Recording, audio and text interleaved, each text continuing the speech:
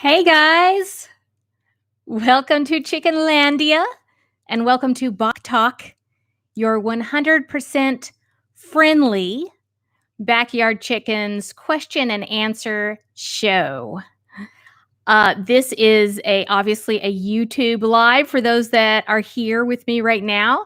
This is also a podcast, so you can now listen to the replay wherever you listen to podcasts. I've got it up everywhere, so I'm super happy about that.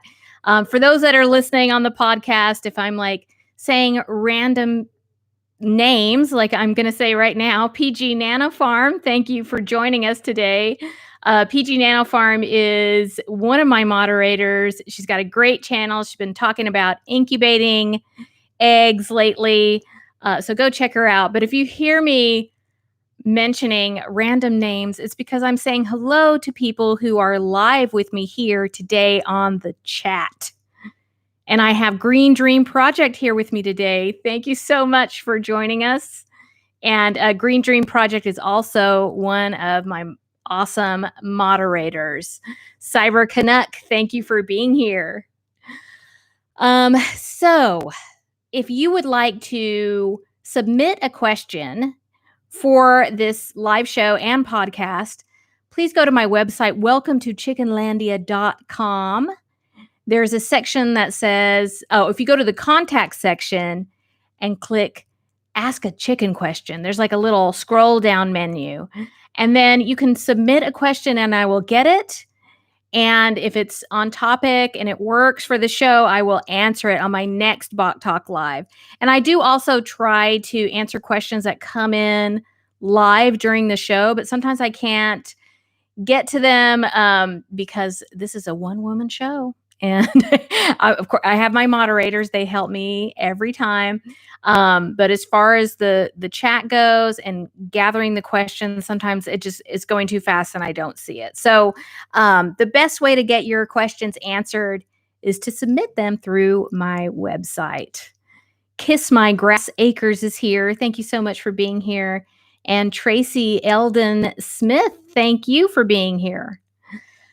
So today we're going to talk about chicken coop ventilation. We're going to talk about deworming your chickens. It's that time of year. It's parasite season. Isn't that lovely? Is that the most wonderful time of the year? I don't think so. And we're also going to talk about when to transition your chickens from starter or grower feed over to layer feed. And that's a question I get a lot. So we're going to talk about that. Amber Lennox, thank you so much for being here. And Amber is asking, what do you recommend for deworming? And we are going to talk about that today. Samson Farms, thanks for being here. Lots of great people here in the chat today. So, it's just, I feel like every time I get on the live, it's like, aren't we having like didn't we just have a crazy week or a crazy couple weeks?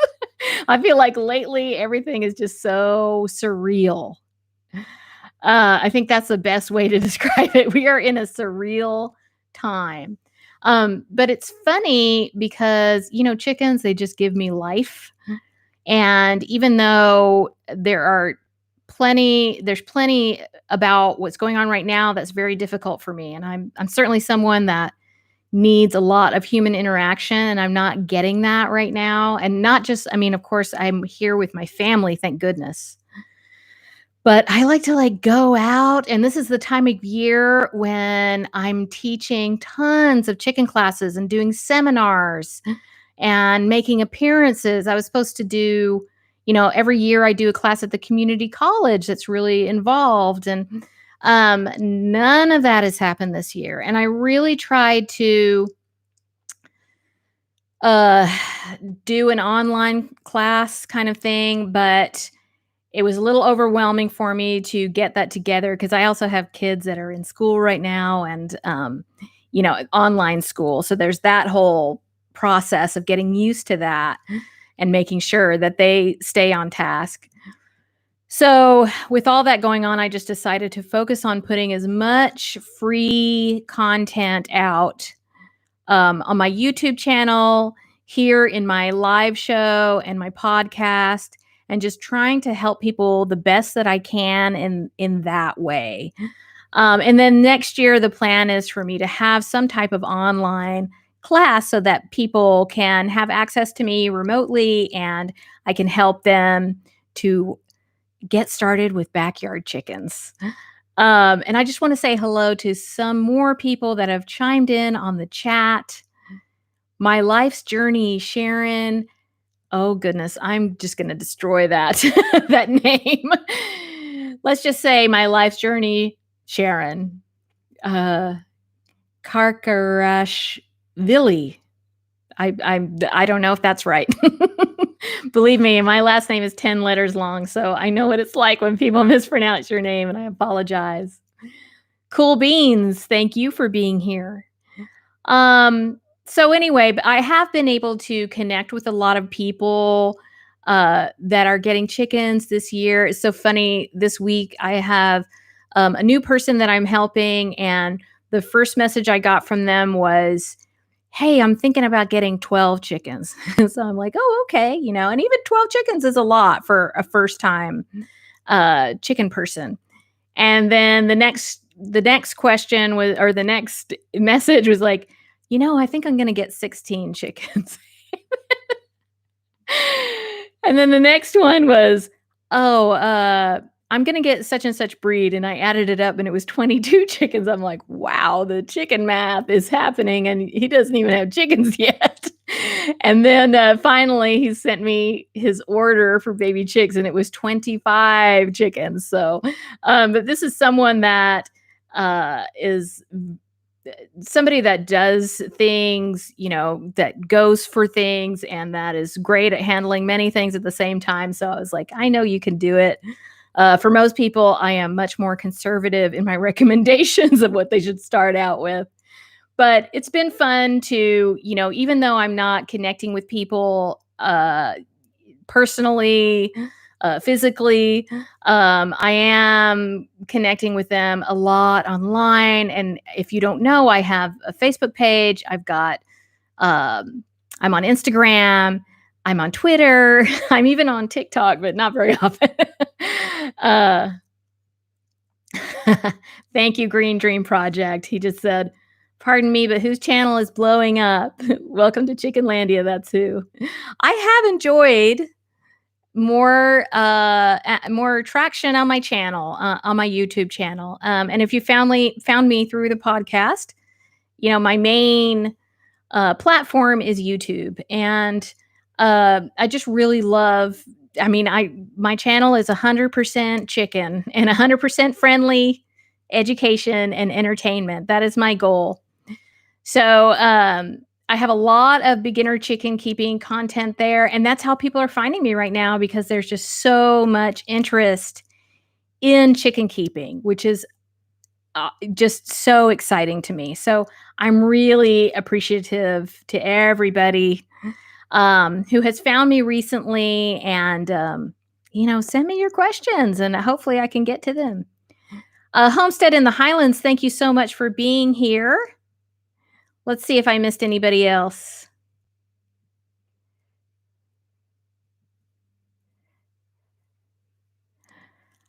Tracy Eldon Smith, I did see your question, and hold on just a second, and I will try to get to that, and then I'm going to get right into the submitted questions. Let's see.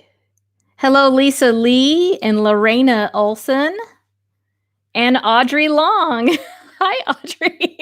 Now you know what I'm doing at 2:00. Audrey is a dear friend of the family. Otimo, I hope I'm pronouncing that right. Thank you so much for being here. So let's, Camp Canine Daycare. Hello, thank you for being here. If I missed you, I'm sorry. Say hello to me again so I can find you. So Tracy Eldon Smith has a question. Hi, I have a Brahma boy. That's a big boy. Brahma roosters are big boys. Who was a victim of a fox attack. I'm so sorry. That is very hard. He's still not able to walk. The vet says it could be a long time as he could have nerve damage. How would you handle this? Well, Tracy, I'm so glad that you're working with a vet for something like that, because that is really a situation that does require veterinary input and advice. It's a tough situation because you don't want to extend the life of a chicken just because you don't, you want them to be around. And I completely understand that, because I'm very attached to my chickens. My chickens are my pets. But there is some point where it's like, their quality of life is not, it's just not there, to make it worth it for them to stay earthside. And I would say to you that you will have to decide what to do. And, I wish I could tell you, okay, this is what you should do. And even in that situation, I don't know what I would do, because it would really depend on, how much will does the chicken have to live? Is the chicken still eating and drinking? Does it seem like it's happy? I mean, I don't know if you guys have seen it, but there's even, there's like this one blind chicken, and the owners will put googly eyes just momentarily. She doesn't have them on all the time, but they put little tiny googly eye glasses on her, and it's so cute. But the chicken actually doesn't have any eyes. But that chicken is so well cared for and loved, and has such a good quality of life despite the blindness. And obviously, if that chicken were in other flocks, it may not survive. But if you can provide a good quality of life for the chicken, and you think that he has the will to live, and if you see improvement, then I would base your decision on that, and just keep working with your vet, and I'm so sorry that happened. That's awful. And it happens to the best of us. Most of us, and usually every chicken keeper at some point deals with a predator attack, and it's really tough. Okay, guys, I need to go to my questions right now. So I'm just going to start. I know I do have some questions that are coming in on the chat. They're coming pretty fast. I'm going to try and go back and answer them. But if I haven't done that and I'm done with the submitted questions, please submit your questions again so I can hopefully get to them. So my first question is from Chloe Smith. And she said, my coop doesn't have much ventilation, and I've read that they need it. That's good. Whatever you're reading is correct. Is there anything you recommend? And what about the size of it?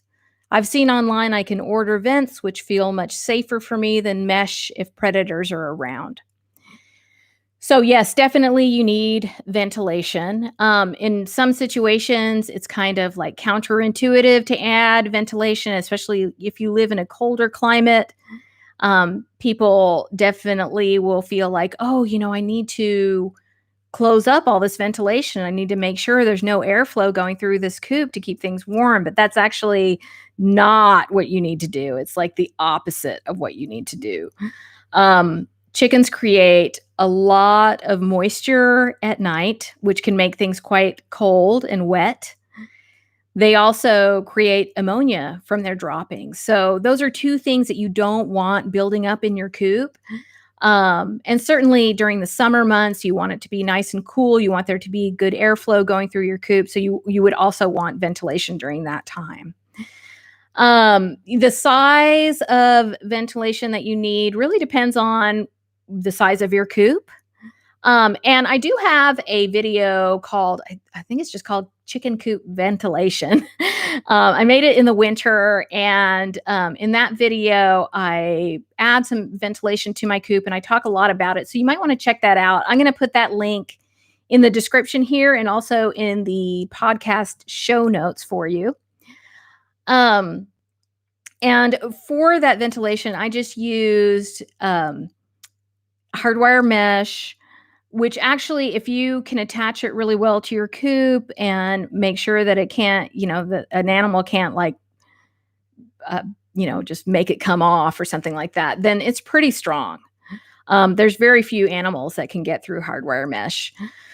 So, but of course, the vents that you can get from the farm store or from a website, those would be great too, depending on what you have. So, um, mainly remember that you want the ventilation to be higher than where your chickens are roosting because you don't want there to be a draft where your chickens are roosting.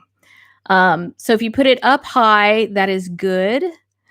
And then you should be absolutely golden with that.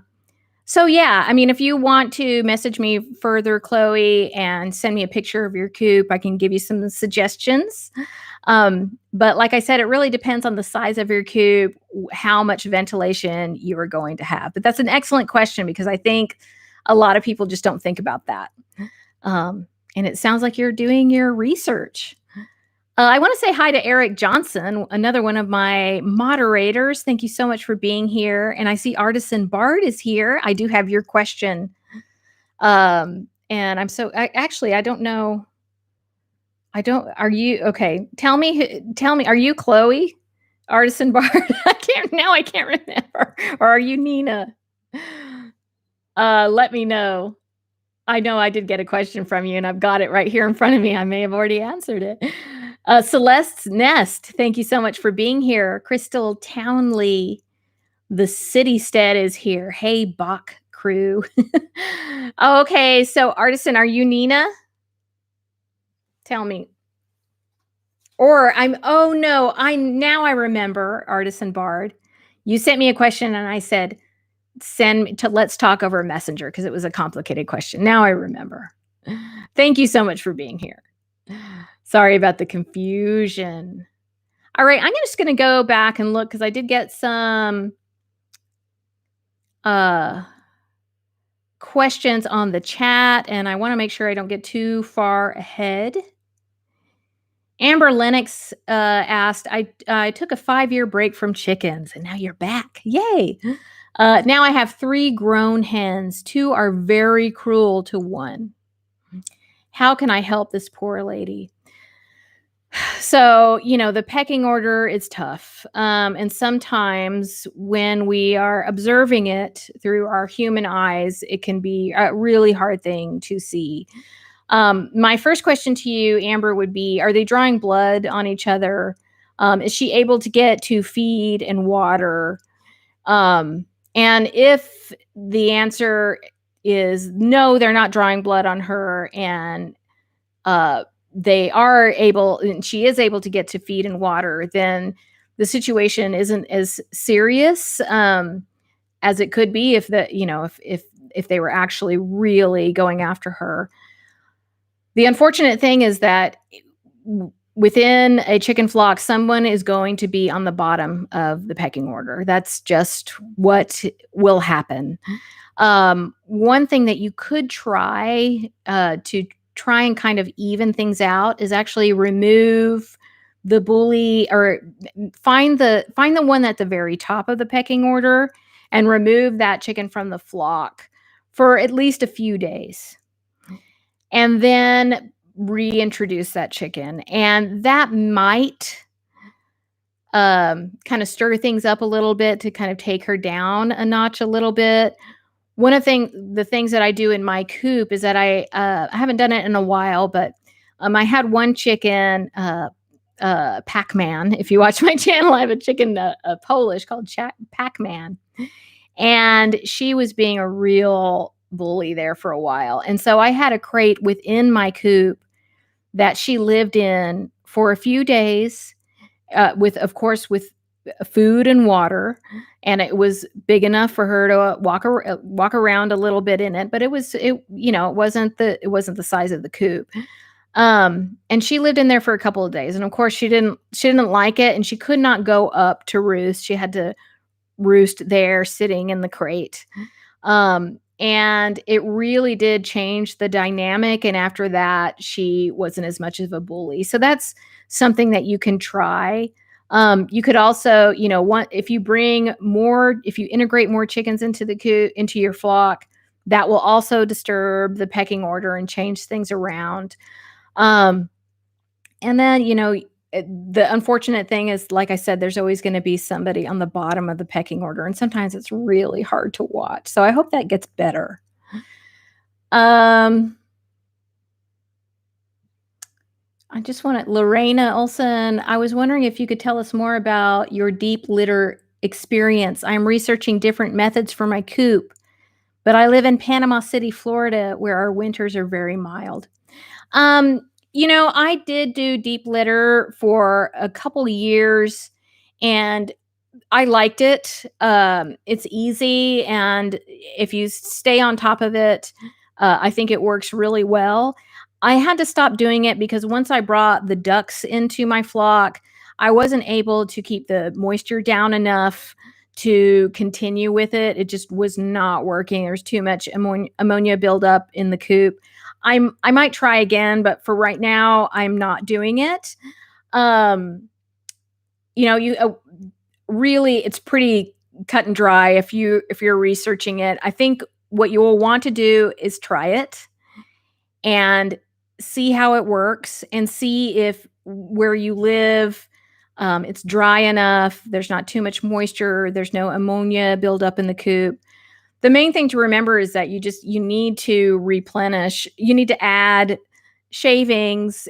If you every few days, really, I kind of would put a little bit of shavings, or if there's ammonia buildup, definitely want to put some shavings down to stay on top of that. Because if it smells bad, then something isn't right.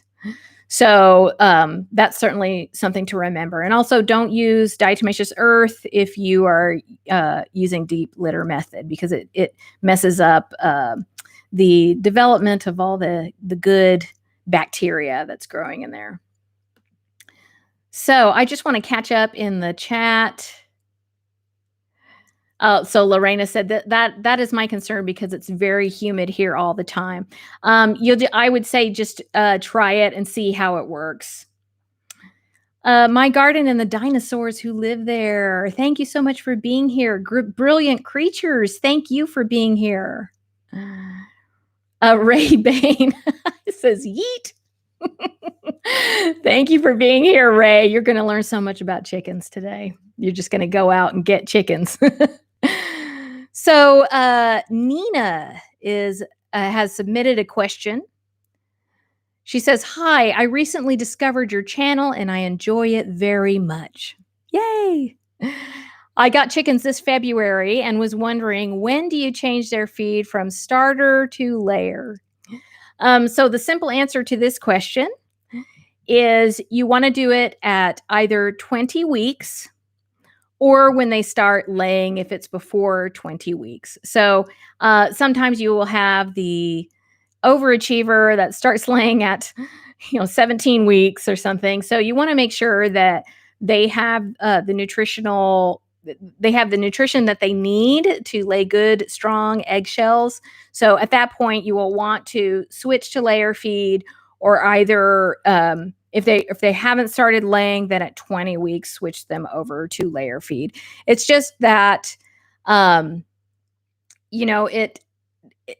going to get more calcium in the layer feed. And then you also want to supplement with some extra calcium. I use oyster shell. Right now, I'm not getting to the store very often. So I'm actually just crushing up the eggshells of my chickens and feeding that back to them as their calcium supplement. So it's a great question. I get it all the time with a simple answer. Thanks, guys. Artisan Bard asks, have you heard of Saturday morning lime? Saturday morning lime. And it's so funny that you're asking that because, yes, I have heard of them. And I was thinking about contacting them. Saturday morning lime, if you're listening right now, I'm thinking about contacting you because I want to try it. It seems like, I know a lot of people have some concerns with diatomaceous earth. I do use diatomaceous earth, but I understand that people are concerned about the risks involved with it. And then Saturday morning lime sounds like a cool alternative to that. I haven't tried it, but I want to try it. So, like I said, if you guys are listening, send me a bag. Pamela Bene, hello. Thank you for being here. Camp Canine Daycare, I'm glad you're back. All right. So let's go to my next question. Oh, you know what, Nina, I wanted to tell you that I also have a video called How to Feed Your Pet Chickens. And I'm going to put the link to that video in the description here. I'll also put it in the podcast notes so you guys can check that one out. So Chloe has another question. I've heard people worm their chickens every 3 months. Now, Chloe is in the UK. I've never done this before, but I thought I would give it a go. In the UK, they have pellets that you can mix in with their feed called Flubenvet, and I have heard about that. And in the United States, that would be Safeguard. And I think that the name of it is fenbendazole. Let me make sure I've got that right. Fenbendazole. And there is no withdrawal time for that wormer if used as directed in the UK. So here, when you find the Safeguard, it will be for goats. I have not seen it. I know that there is one for chickens, but it was extremely expensive when I found it online. And I'm still looking into that because to be very honest, I am very natural leaning. So I don't have a lot of stuff readily in my head about these standard wormers. I have used one in particular before, but I really try to stay on the natural side of things. And that's not to say that there is never a time when you need to use standard medications. There are times when that has to happen. And in fact, in my own flock right now, I have Philippe is on antibiotics. Now I'm very particular about the type of medications that I will use, and I will encourage anyone to do your research and make sure that you know what you're putting into your chickens' bodies, because one thing that we have to remember, and I'm going to talk about this, it directly relates with worming your chickens every 3 months. I just want to say hello to Pag the Drum. Thank you so much for being here. And Pag the Drum is one of my moderators. Thank you so much for being here.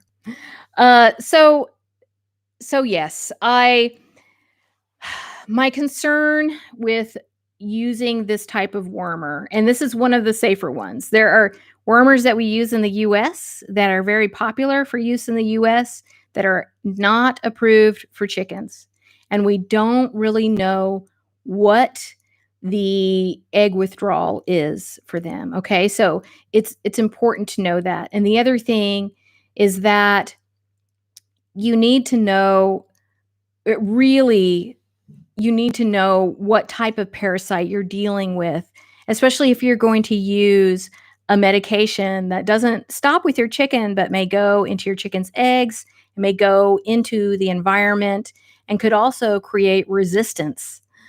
So my concern with worming your chickens with this medication every 3 months is that you could be creating a resistance in your flock, a resistance, and eventually the medication will not work.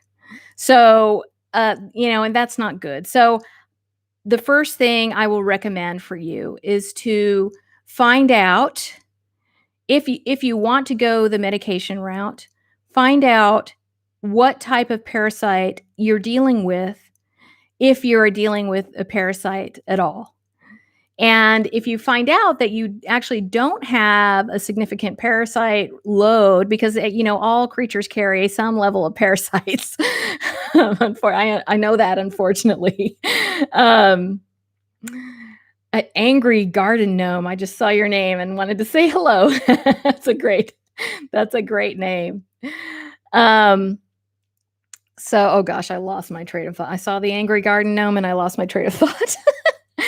If you're not dealing with an active case of parasite overload, then maybe you can think about some preventative things that you can do to make sure that it's not something that you will have to deal with in the future. And something that is available in the UK that I really like, it's a product called VermX. They're not paying me. This is not sponsored. But I do use this.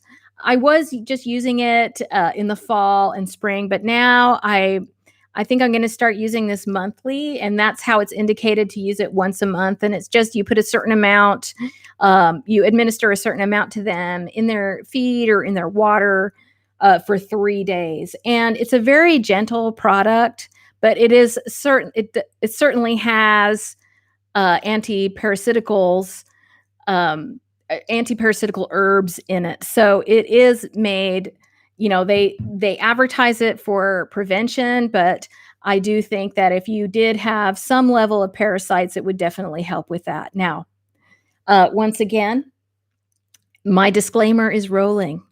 Uh, I am not a licensed veterinarian. I'm not an herbalist. And I'm not a naturopath. I wish I was, I use a lot of homeopathic medications. I use a lot of herbs. I've been using natural products, especially homeopathy, which is a completely different modality than herbals, for 25 years. And so I have a lot of information in my head about these things. And when I look at a product like this, I'm looking at the herbs that are in it, and I'm recognizing that they're herbs that are good for keeping parasites at bay. So I would say that unless you have proof of a parasite overload in your flock, and unless you know what parasite you're dealing with, I would recommend to you to lean in a more natural direction. It will just be better in the long run than medicating unnecessarily. So that is my spiel about that. Yeah. And I know that, I just want to mention, I know that homeopathy isn't for everybody. And I mention in every video that I make about homeopathy, I just mentioned that I understand it's not for everyone, but I've been using it for 25 years. I work with a licensed homeopath. I've used it on my family. I've used it on my chickens. I've seen like some really amazing things happen, especially with my chickens. And so that's what I do. That's the Chickenlandia way, but it's not everybody's way. And that's okay, because everyone's welcome in Chickenlandia. So I do have a video called Preventing Parasites in Your Chickens. And I'm going to put that link in the description, and I will also put it in the podcast show notes for you so you can check it out. And, good luck on your journey. And I think, in the UK, you have some great options. I wish we had more options here as far as natural treatments go, but you guys have some really good products over there. It's exciting. So thank you so much for that question. So I am just going to go through and see if I got any more questions or if I missed anybody. Artisan Bard said, thank you, mods. Yes, thank you so much to my moderators. Oh, so my garden and the dinosaurs who live there says, I'm also in the UK and I also use Flubenvent every 3 months. I have recently bought a product called Chicken Clay, which has helped to rid the gut of parasites. That makes sense. So is it like a bentonite clay? My garden and the dinosaurs who live there? That would make sense to kind of clear out the intestines and, get out any yuckies that might be in there trying to take over. Camp Canine Daycare. Is egg eating a seasonal thing? Caught a couple of mines eating the eggs. Oh, sneaky. I think I'm on top of it now, but then I heard other chicken owners experiencing the same in the last couple of weeks. So what's happening, Camp Canine Daycare, is probably as the spring starts, chickens are laying more, and that's why we're hearing more about egg eating, which is certainly an issue that many people deal with, and it's very frustrating. My best advice, I have a few things that I suggest for people, and that is, oh, hello, Wiccan chickens. Thank you for being here. Start by evaluating what they're eating. Make sure that they're getting all their nutritional needs met. They may need a little bit more protein. Now, don't give, sometimes people go really overboard with the protein, and it seems to be a popular answer for many things, but too much protein is also not good for chickens. So, I use a 16% layer feed, and then I also supplement protein either in treat form or mealworms or grubs. So that is something that you will want to take a look at just to make sure that they're getting what they need. And also you want to make sure they're getting enough calcium, because they might just be trying to get more calcium in their diet. So that's the first thing I want you to do. Also, make sure that you're collecting your eggs at least twice a day. Certainly, if you're having an issue with egg eating, you're going to want to do that. And then you can take some golf balls. And when you take the eggs out, put some golf balls instead in there. And after a while, hopefully they will get frustrated trying to break open the golf balls, which are super hard. And then they will give up. And if you know who is doing it, you can also remove that chicken or chickens from the flock and just really stay on top of getting their eggs and putting the golf balls in there. So hopefully you can discourage them from that. Alex Cosma, thank you so much for being here. And I think I got Kiss My Grass Acres asks, when you feed their eggs back to them, how do you do it? Do you cook it? Some people cook it in the oven to dry it. I just leave it out on the counter and they dry out. And then I mash them up. I actually have my kids do it. They mash them up with the mashed potato masher, the potato masher, or just masher. I mash my avocado, make guacamole in front with it. Oh, okay. My Garden of the Dinosaurs who live there. That's she just answered calcium montmorillonite is the active ingredient in chicken clay. That's very interesting, and I can't wait I want you to let me know how that works for you. So yeah, I just crush up the eggshells and I feed them back to them, and it seems to work fine. I don't dry them out in the oven. I just that extra step is just too much for me. So that's what I do right now. That's what I'm doing to get some extra calcium into them. But I would suggest that at least every once in a while to add an outside source of calcium, just to kind of replenish that from an outside source. So normally I will use oyster shell. But if you can only do the eggshells all the time, then that's okay too. All right, guys. Well, we're running on almost 40 minutes. We had lots of people today. Thank you so much for being here. Remember, you can submit your question to Bawk Talk by going to welcome-to-chickenlandia.com, going to the Contact Us section, and there's a little drop-down menu, and it says Ask a Chicken Question. So check that and send me your question. If it's on topic and it works for what I'm doing on the show, I will ask it in the next Bawk Talk Live. That's your number one way to get your question to me. And I really appreciate you guys being here. This is 100% friendly backyard chicken education and entertainment. I aim to make chicken keeping for everybody. And remember, everyone's welcome in Chickenlandia. Thanks so much for being here, and we'll see you guys next time. Goodbye.